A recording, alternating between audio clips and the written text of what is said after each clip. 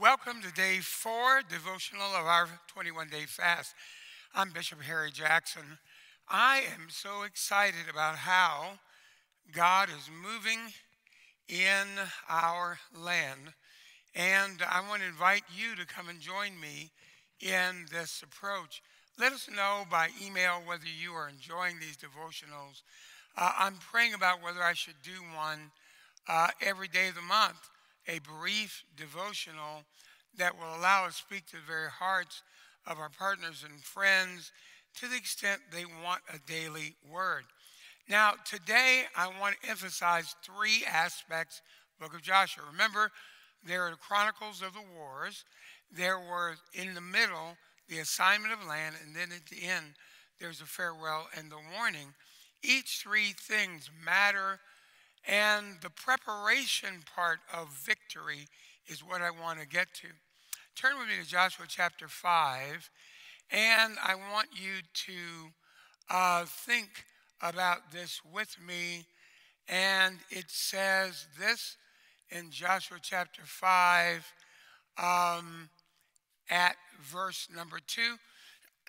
At that time the Lord said unto Joshua, make these sharp knives and circumcise again the children of Israel the second time.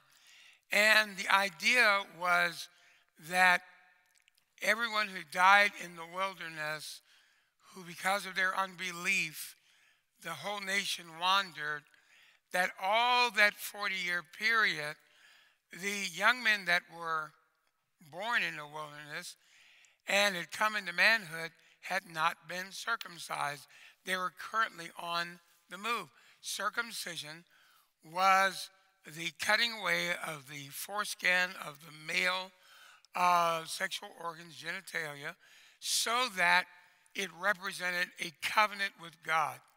2 assumptions that we have is that the men represented their households, the children that they would have, and the circumcision was speaking about the blessing of God upon all their descendants and their children, that they would come under the Abrahamic covenant. So God's saying, renew the covenant. I believe we need to renew our covenant spiritually. We don't have to be circumcised in the flesh. We need the circumcision of the heart the New Testament talks about. And then it says in verse 9 of chapter 5, and the Lord said unto Joshua, this day have I rolled away the reproach of Egypt from off you. Wherefore the name of the place is called Gilgal, or rolling away unto this day.